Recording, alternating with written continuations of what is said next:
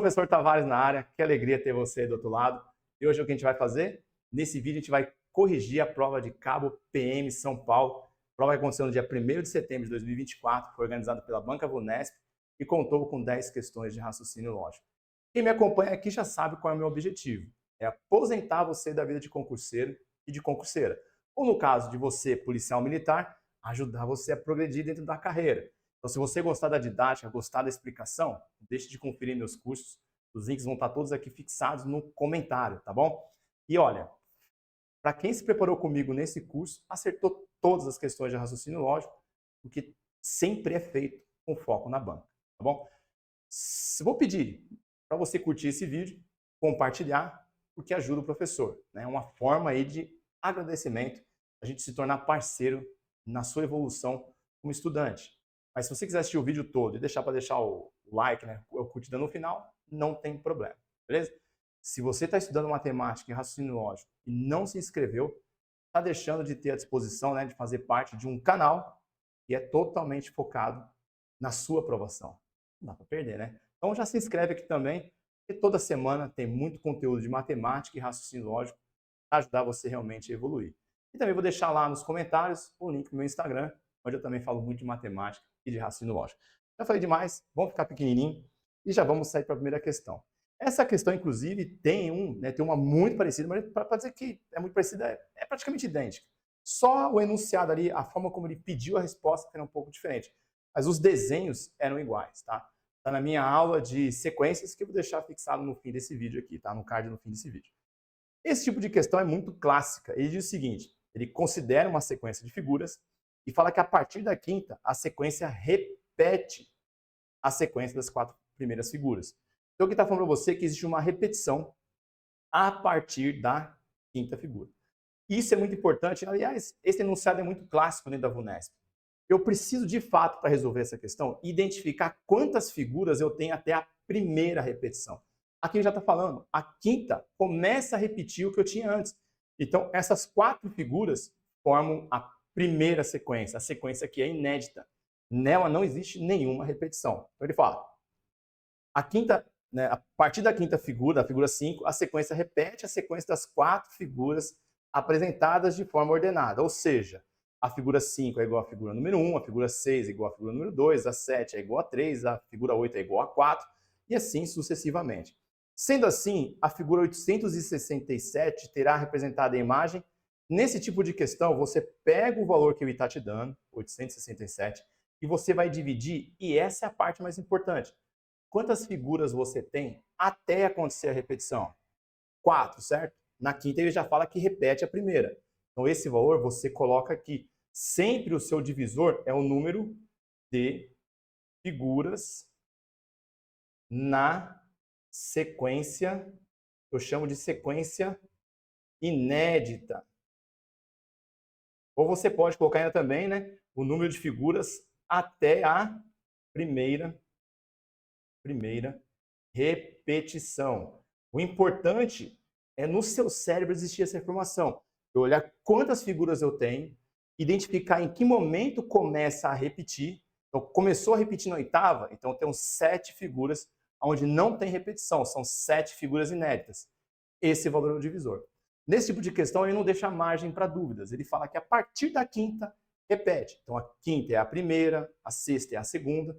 Você tem 4 figuras na sequência inédita. Joga esse divisor aqui.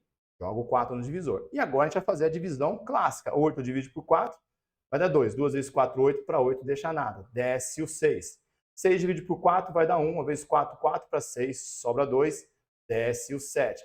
27 por 4 vai dar 6. 6 vezes 4. 24 a 27 sobra 3. Nessa questão, você não está fazendo uma divisão. Você está tentando identificar qual é a figura que representa a figura do número 867. Sim ou não? Isso aqui sempre é dado pelo resto. Essa é a posição na primeira sequência. Então você pode ter certeza que a figura de número 867 é igual à figura de número 3, que está aqui. Então sempre o resto ele te diz quem é a figura na primeira sequência. Aí fechou a questão. Só vou deixar mais uma dica para você. O zero, ele sempre é, tá? O caso aqui, vou até escrever embaixo aqui, para você não achar que é um O, tá? O zero, ele sempre é igual à última figura.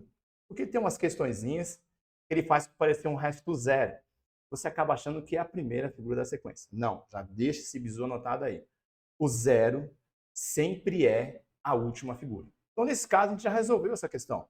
É a figura de número 3. A figura de número 3 é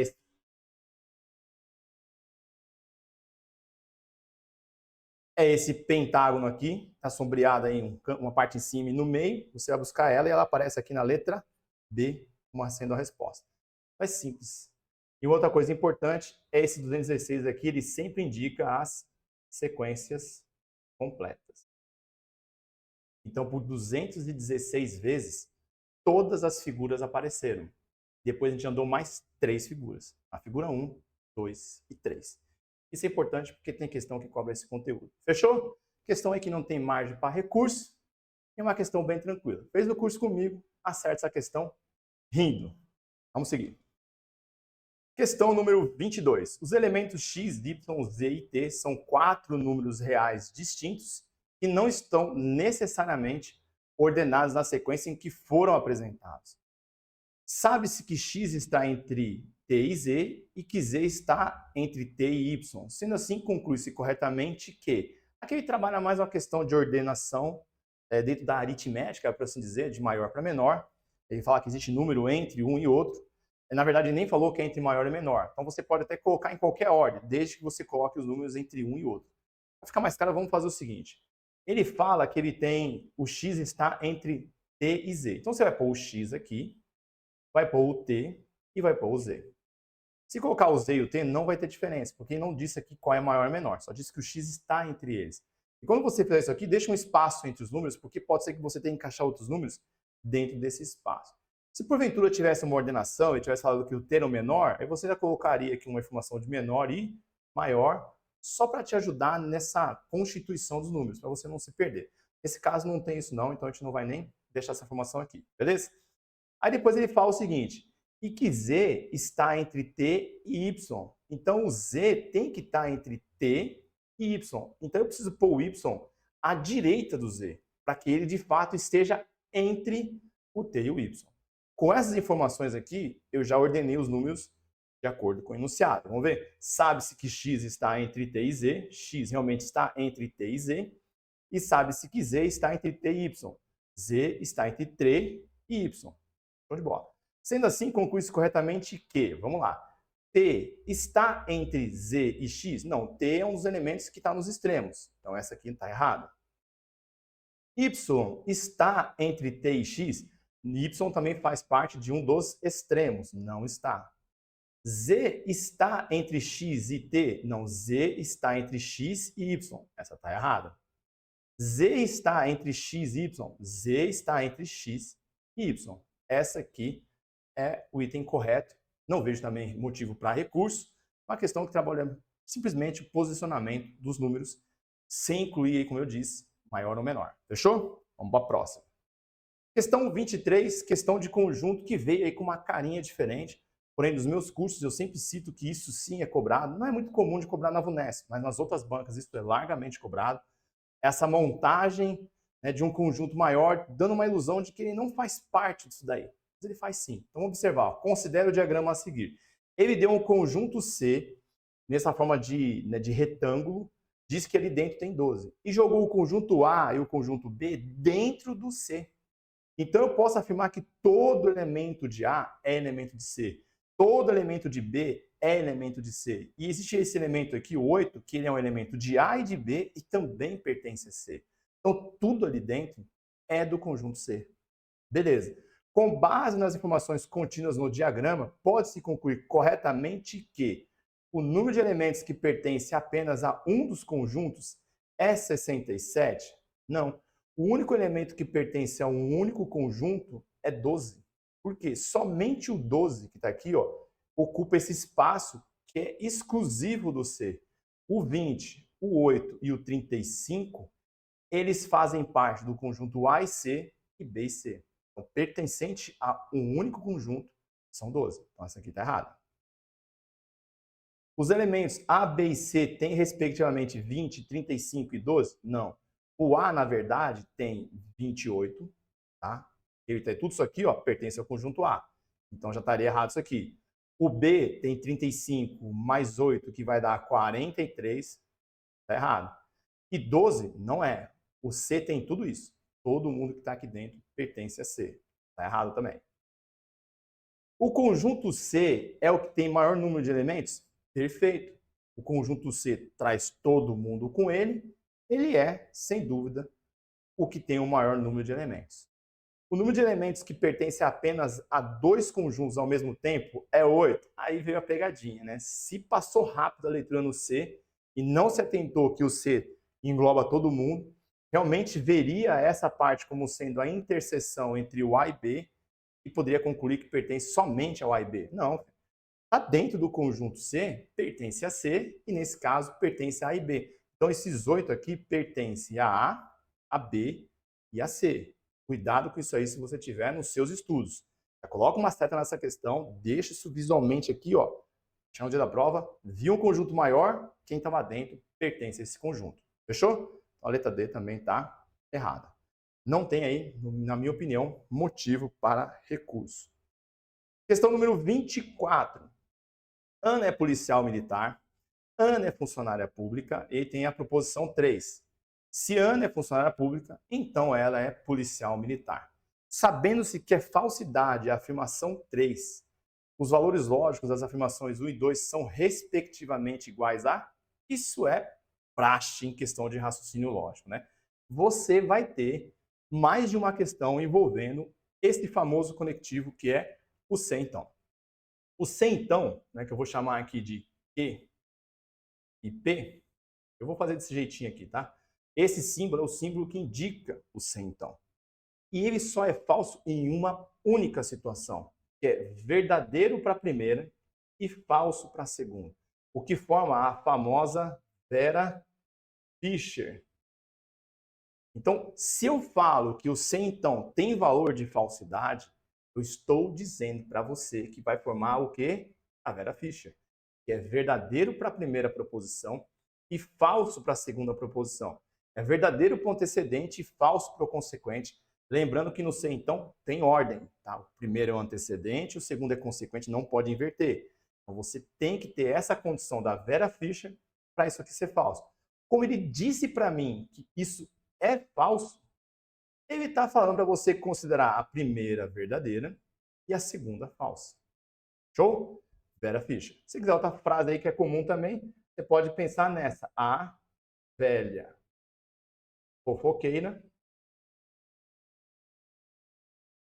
é falsa. Para formar o V para a primeira, falso para a segunda e o resultado ser falso. Eu gosto muito do Vera Fischer porque eu já sou antigo, estudo desde os 18 anos, então eu acostumei com a Vera Fischer, então acabo ensinando Vera Fischer para os meus alunos. A maior parte realmente carrega comigo essa palavra, aprende comigo e carrega consigo a palavra Vera Fischer. Fechou? Aí eu tenho que tomar cuidado agora, porque eu tenho que buscar na 1 e 2 e identificar qual é o valor que tem lá. Então eu vou ler aqui, por exemplo, Ana é funcionária pública.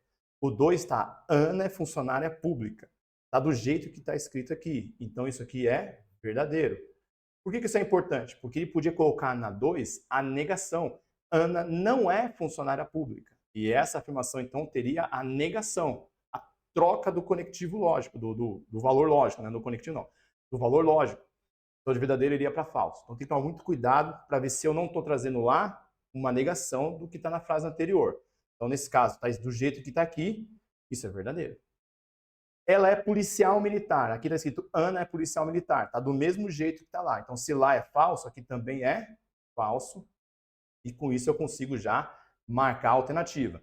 Ele quer 1 e 2 respectivamente. A 1 é falsa e a 2 é verdadeira. Então, é falsidade verdadeira. Letra B é o gabarito dessa questão. Também não tem margem, na minha opinião, para recurso. Fechou? A questão é muito clássica. Se falar de se então, tem que saber de 3 coisas. Se é falso, é Vera Fischer. Se eu quiser negar, é Mané. E se eu quiser equivalência, inverte negando ou Neymar. Vou deixar no fim desse vídeo aqui uma aulinha especial sobre conectivos, beleza? Vamos seguir. Para ir à cidade A, da cidade A para a cidade B, há 3 caminhos distintos, que são os caminhos 1, 2 e 3. Vamos lá, então vamos colocar aqui ó, o A, vamos fazer o caminho 1, o caminho 2 e o caminho 3. Nisso aqui a gente chega na cidade B. Para ir da cidade B para a cidade C, há também 3 caminhos distintos. Vamos chamar de caminho 4, caminho 5 e caminho 6. A gente vai chamar não, né? A questão falou que é para chamar assim. E aqui está a cidade C. Barbosa, Pereira e Santos foram da cidade A até a cidade C, passando pela cidade B, cada um deles utilizando um par de caminhos diferentes. Sabe-se que Pereira utilizou os caminhos 2 e 5. Então vamos lá. Vamos colocar aqui outra cor. O Pereira usou o caminho 2 e o caminho 5. Então, aqui está o nosso Pereira fazendo esse caminho. E que Santos não utilizou o caminho 1, mas utilizou o caminho 6. Então aqui não é o Santos. O Santos utilizou o caminho 6. Então vou colocar aqui o S de Santos. Sendo assim, para ir de A até C, Santos e Barbosa utilizaram respectivamente. Então, de A até C. Se o Santos não, como ele diz aqui que eles usaram 3 caminhos distintos, né? Onde está a mesma informação, ele diz que Barbosa, Pereira e Santos foram da cidade A até a cidade C, passando pela cidade B, cada um deles utilizando um par de caminhos diferentes. Então, eles usaram 2 caminhos diferentes entre si. Então, se o Santos não utilizou o caminho 1, o Santos utilizou o caminho 3. Então, o Barbosa utilizou o caminho 1. Aqui. E o Barbosa acabou utilizando o caminho 4 da cidade B até a cidade C. Então, vamos lá. Sendo assim, para ir de A até C, Santos. Santos usou o caminho 3 e 6. É a letra D por enquanto aqui, ó, 3 e 6. E Barbosa utilizou o caminho 1 e 4. A questão também aí, sem muita dificuldade, é só atribuir, fazer um desenho para ilustrar melhor o que está acontecendo e jogando os valores, lembrando que eles foram por caminhos diferentes, a gente chegava na resposta aí, na minha opinião, sem chance para nenhum tipo de recurso e também aí, né, sem grandes dificuldades. Você desenhar, isso é muito importante, dentro do raciocínio lógico, às vezes é bom você fazer um desenho para ilustrar o que está acontecendo e escapar de uma possível pegadinha. Beleza? Vamos para a questão número 26. Considere a seguinte afirmação. Se hoje é domingo, então amanhã não é feriado. Uma negação lógica para a afirmação apresentada é... Eu falei agora há pouco, né? Se fala de ser então, tem que saber 3 coisas. Quando é falso, zera a ficha. A negação, mané. E a equivalência, inverte negando ou aplica o Neymar. O que é esse mané? Tudo o que você precisa saber na negação está aqui. O mané vai te dar a seguinte informação. Você vai usar esse man como algo para lembrar que você tem que manter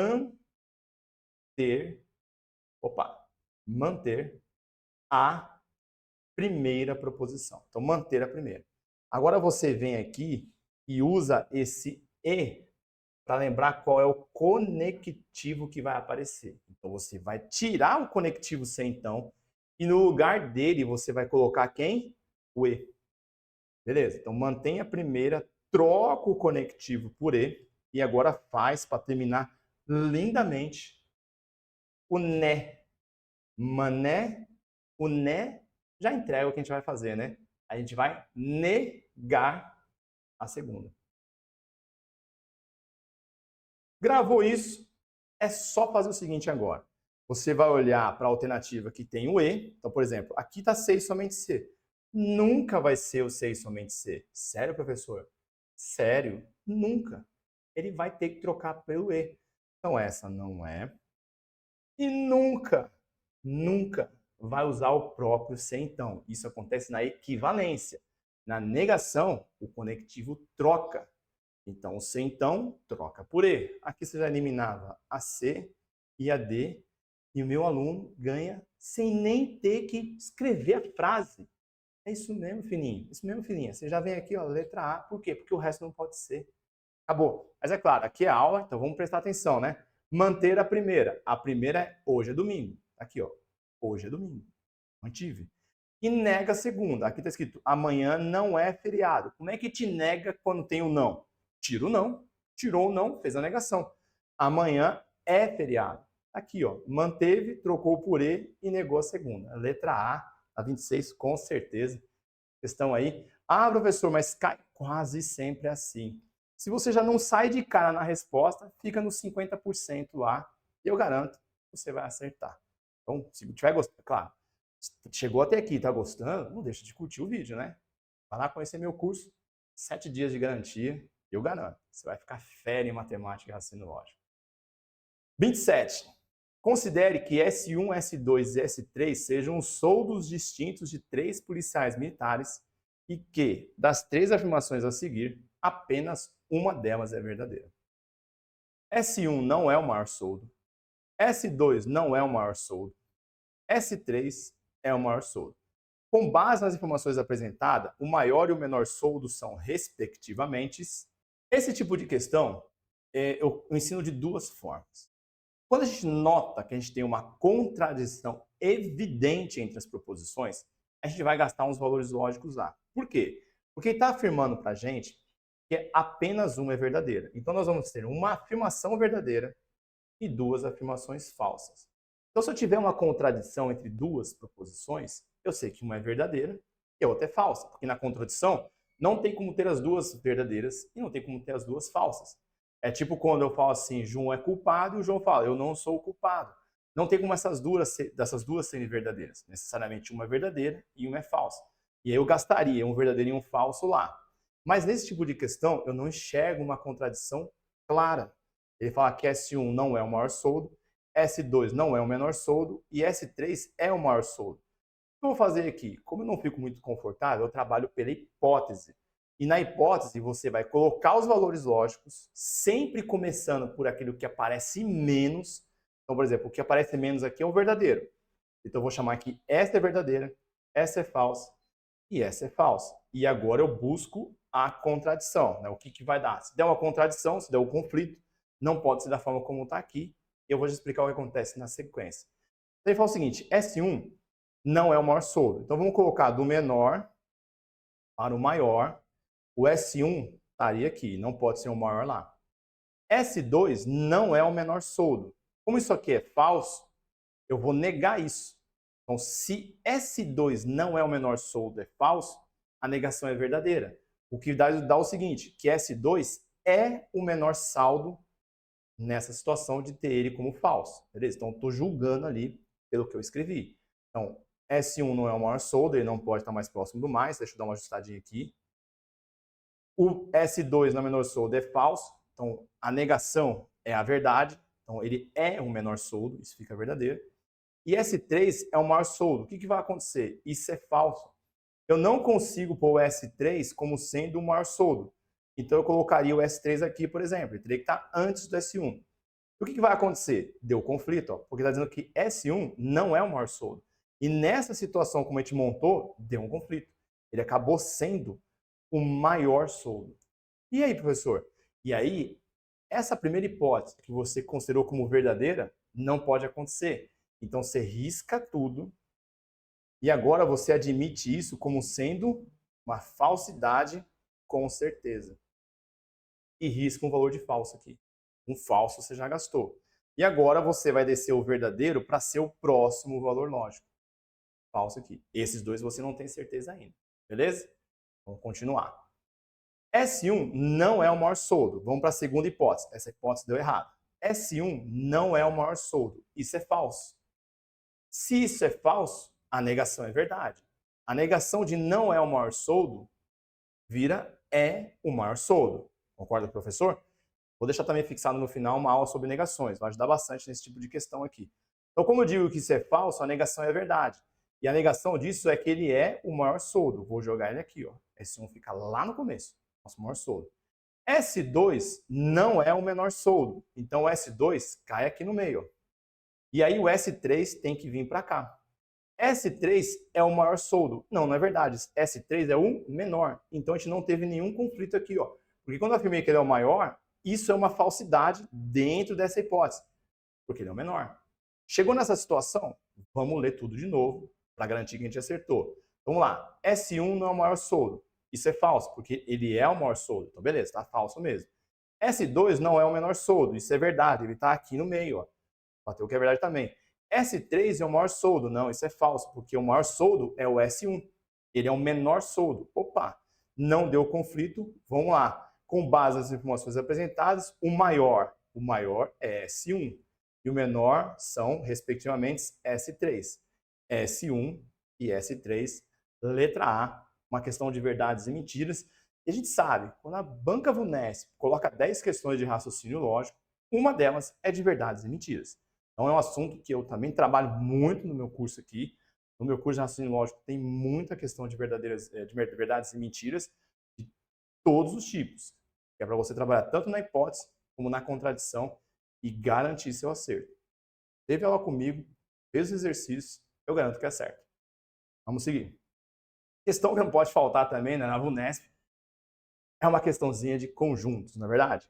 Sobre o número total de candidatos que prestaram concurso para somente os cargos A, B e C, sabe-se que todas as 300 pessoas que prestaram concurso para o cargo A também prestaram concurso juntamente com outras pessoas para o cargo B. Então vamos já nominar aqui de A, B e C, para a gente já conseguir jogar uns valores ali, tá? Sabe-se também que das pessoas que prestaram concurso para o cargo C, 90 prestaram para o cargo A e as demais prestaram apenas, até vou dar uma grifada nesse apenas, isso é muito importante, para o cargo C. Se 500 pessoas prestaram concurso para o cargo B, então é verdade que ele está falando que dentro desse conjunto B aqui, ó, eu tenho que ter 500 pessoas. Também vou deixar anotado aqui, beleza? Vamos lá. Ele não disse em nenhum momento que tem gente que prestou os 3 concursos, mas eu não posso concluir que isso não existe. Como ele não falou nada, eu vou jogar um X aqui, beleza? Ele me disse, eu estou dizendo isso porque ele não me garantiu que não existe pessoa nessa interseção dos 3 conjuntos. Como ele não disse isso, eu tenho que considerar que sim, pode ter alguém ali, tá? Ele chega e fala depois que sabe-se que as 300 pessoas que prestaram o concurso para o cargo A também prestaram o concurso juntamente com as pessoas para o cargo B. Ele está falando o seguinte, quem prestou para o cargo A, prestou para o cargo B. Então, eu não tenho gente que prestou apenas para o cargo A. Quem prestou A, prestou B. Então, nesse universo, eu vou ter que ter 500 pessoas. Então, aqui eu vou jogar 500 menos X. Tá? Então, com isso, eu consigo ter nessa interseção os 500 que prestaram o concurso A e prestaram o concurso B. Eu preciso deixar isso informado ali, beleza? Ele fala também, sabe-se que das pessoas que prestaram o concurso para o cargo C, 90 prestaram para o cargo A. Então, entre C e A, eu vou ter 90 pessoas. Beleza. Então, aquelas 500 lá foram fazer o concurso para o B também.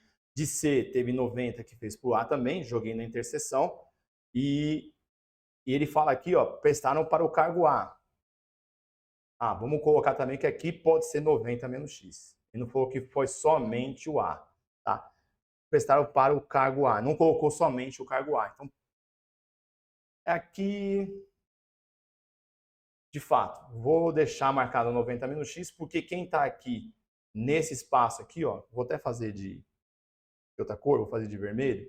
Esse espaço aqui, ó, nesse momento é de quem fez A e C. Ele fala também que das pessoas que prestaram concurso para o cargo C, 90 também prestaram para o cargo A. Ele não reforçou que somente o cargo A ou só o cargo A, eu vou considerar o cargo A sendo todo o espaço em comum de A e C.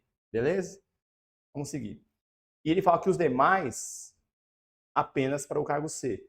Então ele está dizendo que os demais não prestaram para o cargo B. Ah, então com isso aqui eu posso tirar esse espaço daqui e realmente os demais vão estar apenas aqui nesse conjunto C.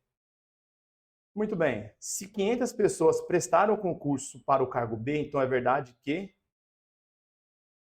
Ah, aqui não é 500, aqui é 300. Foi mal, eu confundi. Aqui é 300. A gente erra também, né? Então aqui é 300 menos x. E ele fala que nesse universo existem 500 pessoas. Se 300 menos x estão jogados aqui, 300 de x estão jogados aqui, eu consigo chegar à conclusão do número de pessoas que prestaram apenas o cargo B. Porque quando eu somar esse 300 menos x com esse 300, nesse espaço aqui, ó, eu tenho 300 pessoas. Isso é fato. A interseção entre A e B tem que existir 300 pessoas. Se no conjunto total do B tem 500, então aqui tem que ter 200 pessoas. E com isso a gente fecha o número de pessoas que estão no cargo B. O C, ele não falou nada, não consigo chegar à conclusão. Então vamos lá. 210 pessoas prestaram o concurso apenas para o cargo C? Não consigo afirmar isso. É impossível determinar o número de pessoas que prestou concurso para todos os cargos? É impossível. Por isso está chamado de X aqui. Não deu para saber. É possível determinar o número de pessoas que prestou o concurso apenas para o cargo B? É possível. São 200 pessoas. Existe candidato que prestou o concurso apenas para o cargo A? Não, não existe, tá? Fora das interseções, não tem candidato que prestou o concurso apenas para o cargo A. Então, isso aqui também está errado. Não existe. Beleza? Uma questãozinha aí de uma dificuldade, eu acho, um pouco maior daquelas que nós vimos até agora, mas e com conteúdo aí, com conceitos de conjuntos, dá para chegar também. Se você já se inscreveu no canal, saiba que tem uma aula específica de conjuntos aqui, tá? Eu sou professor há 20 anos, mas estou apenas há 1 ano no YouTube ensinando. Estourei os muros dos cursinhos e vim para cá. Eu já dou aula já de matemática raciocínio lógico há 20 anos. Na verdade, eu comecei a estudar para fazer concurso público lá com os meus 16 anos e não parei mais de estudar. Tá? Passei no concurso para sargento da Força Aérea, com 18 anos, meu primeiro concurso. Depois inventei de fazer mais um concurso para perito criminal, passei também, que é a função que eu tenho até hoje. Tá? Sou perito criminal aqui no estado de São Paulo. Então, eu para você, estudar é uma excelente escolha. E por mim já passaram diversos alunos que estão hoje nos diversos locais do Brasil aí, diversos cargos, carreiras, perito criminal, investigador, escrivão, área judiciária, área bancária, e na Polícia Militar tem bastante aluno. Eu sempre destaco, claro, o meu filho é tenente da Polícia Militar em Franco da Rocha, enquanto eu gravo esse vídeo, pelo menos, né? Vamos seguir. Uma equivalente lógica de certa afirmação inicialmente feita é outra afirmação que tem o mesmo valor lógico da afirmação inicial. Ele definiu o que é uma equivalência, né? Equivalência é ter o mesmo valor lógico. Sendo assim, uma equivalente lógica à afirmação, tá aqui. O que eu falei de ser então? Vera Fischer, negação e equivalência. Caiu as 3 relações do ser então. Nesse ele quer a equivalência. Sendo assim, uma equivalente lógica, né? Na parte da equivalência, vamos colocar o P e o Q aqui para ser a proposição. Essa eu mudei, tá? Para ser a proposição que indica o ser então. Então, se P, então Q. Qual é a primeira regra que eu sempre peço para o meu aluno fazer, para a minha aluna fazer? Inverte as proposições negando. Então, a gente vai inverter negando. E é isso que você vai buscar na sua prova. Você já busca isso. Ó, tudo está usando o ser então.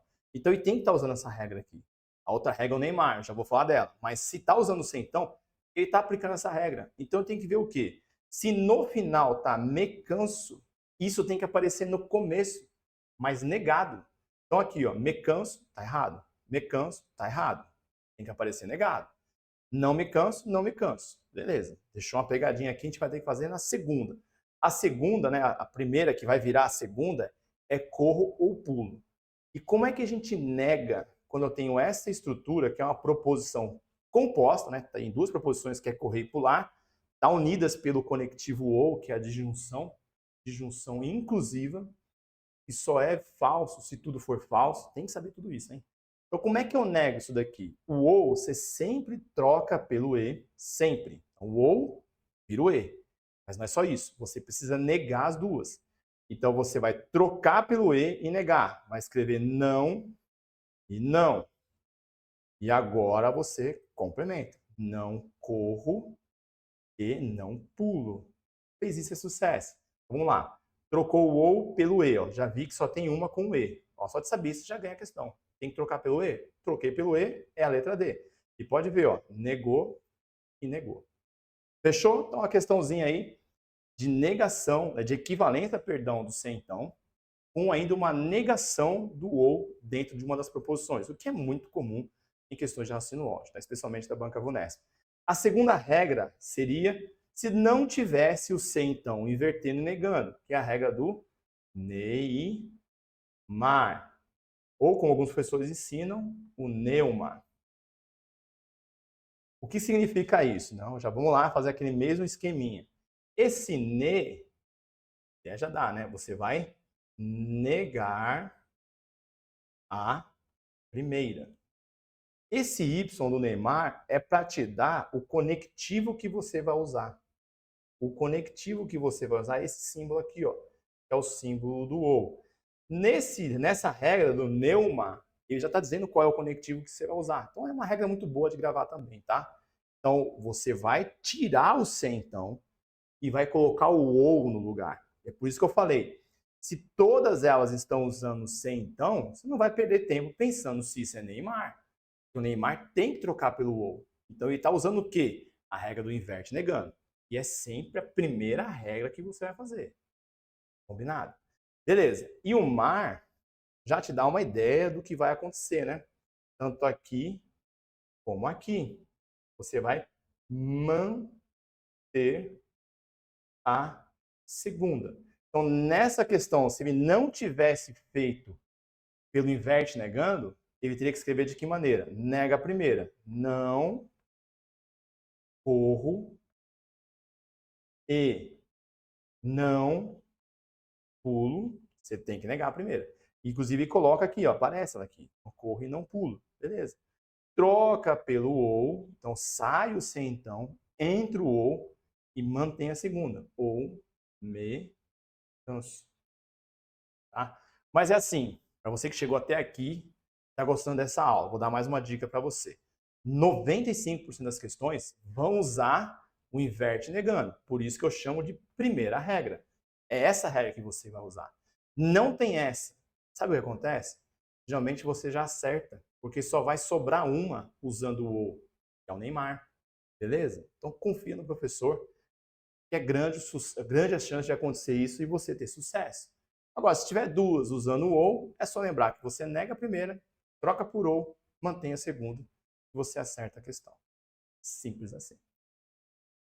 Questão número 30. Essa questão também, o ensino em sequência numérica, não tem como errar. Tem muito candidato que acertou escrevendo tudo, mas quer um jeito de você acertar sem ter que escrever todos os números? Então assiste comigo aqui.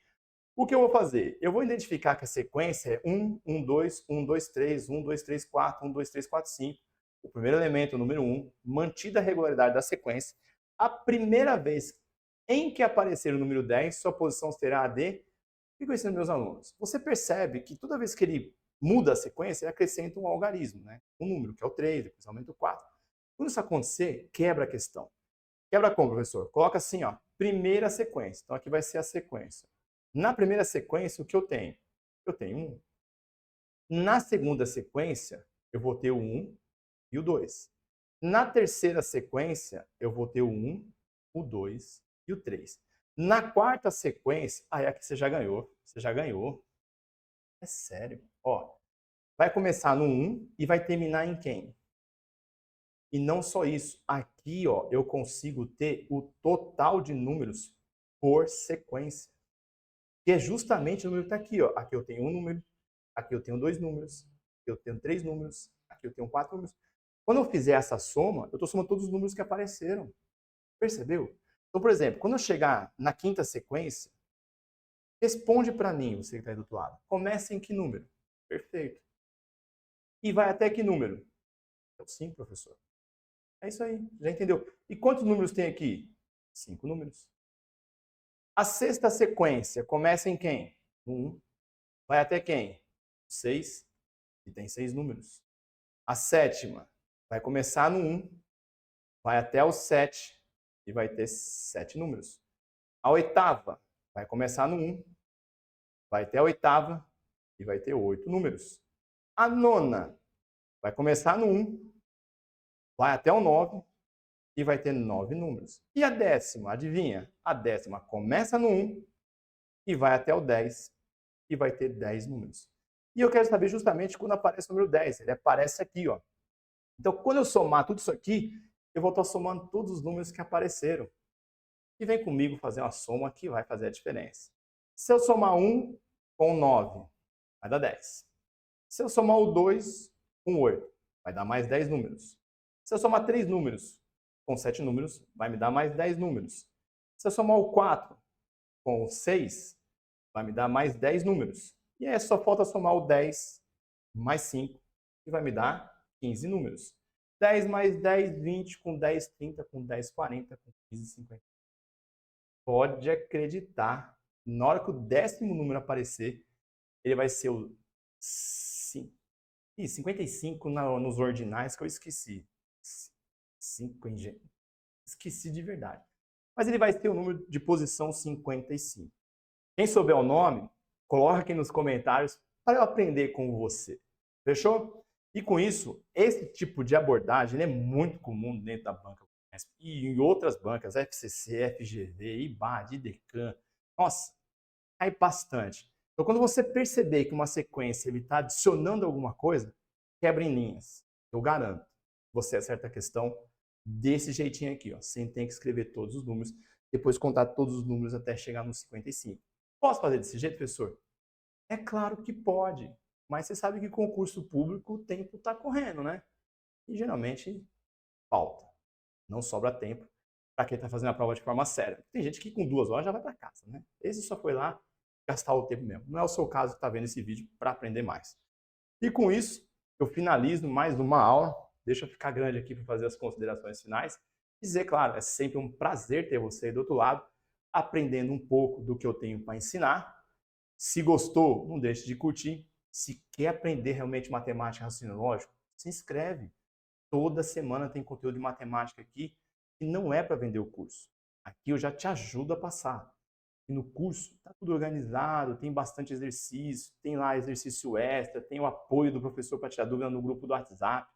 Mas o que eu ensino aqui já ajuda muito. E é realmente o que eu quero. Você ganhe esse conhecimento e esse tempo que você ficou aqui se torne algo muito útil para você. Beleza? Então, se você se inscreveu, eu te vejo no próximo vídeo.